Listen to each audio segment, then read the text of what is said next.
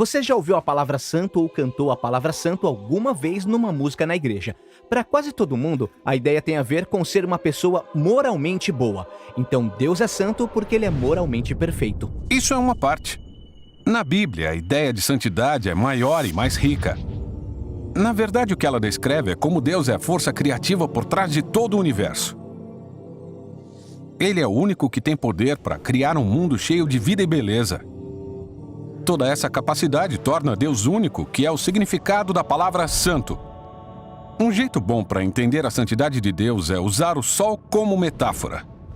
O Sol é único, pelo menos no nosso sistema solar, e é muito poderoso. Ele é a fonte de toda essa vida maravilhosa no planeta. Assim, poderia dizer que o Sol é santo. E poderia ir ainda mais longe e dizer que tudo que chega perto do Sol também é santo. É, porque quanto mais perto você chega do Sol, mais intenso ele fica. Isso. Aquele mesmo poder e bondade que criou toda essa vida também é muito perigoso. Quer dizer que se chegamos perto do Sol, ele nos destrói. Da mesma forma, existe o paradoxo da santidade de Deus. Porque se estiver impuro, a presença dele se torna perigosa para você. Não porque é má, mas porque é boa demais. A primeira vez que vemos o paradoxo da santidade de Deus é na história de Moisés e a sarça ardente. Deus manda Moisés tirar as sandálias porque ele está num lugar sagrado. Moisés cobre o rosto com medo e Deus diz: "Ei, não se aproxime."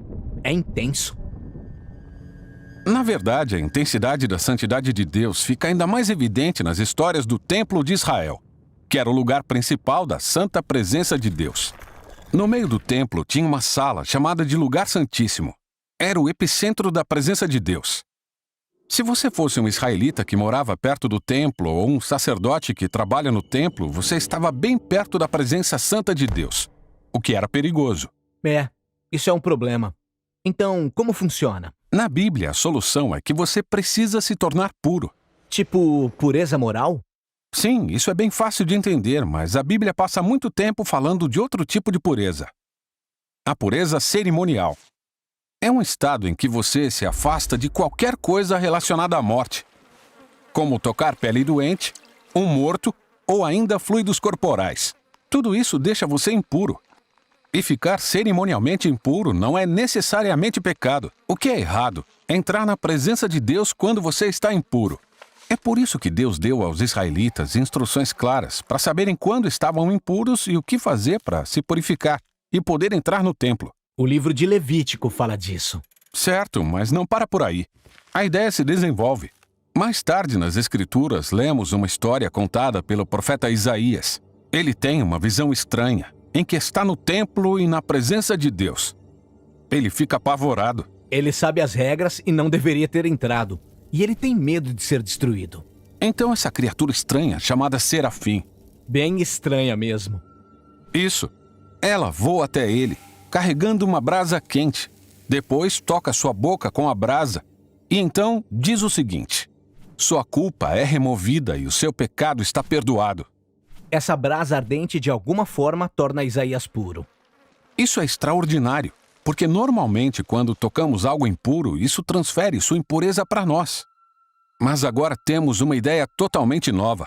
Essa brasa, um objeto muito santo e puro, toca Isaías e transfere sua pureza para ele. Ele não é destruído pela santidade de Deus, mas é transformado por ela. E as consequências disso são enormes. Outra coisa acontece, mas com outro profeta, Ezequiel. Ele está no templo e tem essa visão de água pingando para fora dele. Então essa água vira um riacho que cresce e vira um rio profundo, que flui pelo deserto, deixando tudo verde por onde passa. Depois ele deságua no Mar Morto, dando vida a tudo. Então, em vez de primeiro se tornar puro e depois entrar no templo, a santidade de Deus sai do templo e torna as coisas puras, gerando vida. O que isso significa? Não sabemos, até encontrarmos este homem, Jesus. Ele afirma estar cumprindo essas visões antigas, mas de jeitos novos e surpreendentes. Jesus andava por aí tocando pessoas impuras, pessoas com doenças de pele, uma mulher com sangramento crônico, pessoas mortas. Quando ele as toca, a impureza delas deveria contaminar Jesus, mas em vez disso, a pureza de Jesus se transfere para elas, curando seus corpos. Jesus é como a brasa santa na visão de Isaías. Certo. E Jesus afirmou que ele era a personificação humana da própria santidade de Deus. E que ele e os seus seguidores agora eram o seu templo, para que por meio deles, a presença santa de Deus pudesse sair pelo mundo, trazendo vida, cura e esperança. Então é por isso que Jesus disse que dos seus seguidores fluiriam rios de água viva. E essa é a parte da história onde nós estamos agora. Mas para onde ela vai? As últimas páginas da Bíblia terminam com uma visão final sobre a santidade de Deus, contada por um homem chamado João. Na visão dele, vemos o mundo inteiro completamente renovado, e toda a terra se tornou o templo de Deus. E o rio de Ezequiel está lá, fluindo da presença de Deus, inundando a criação, removendo toda a impureza e trazendo tudo de volta à vida.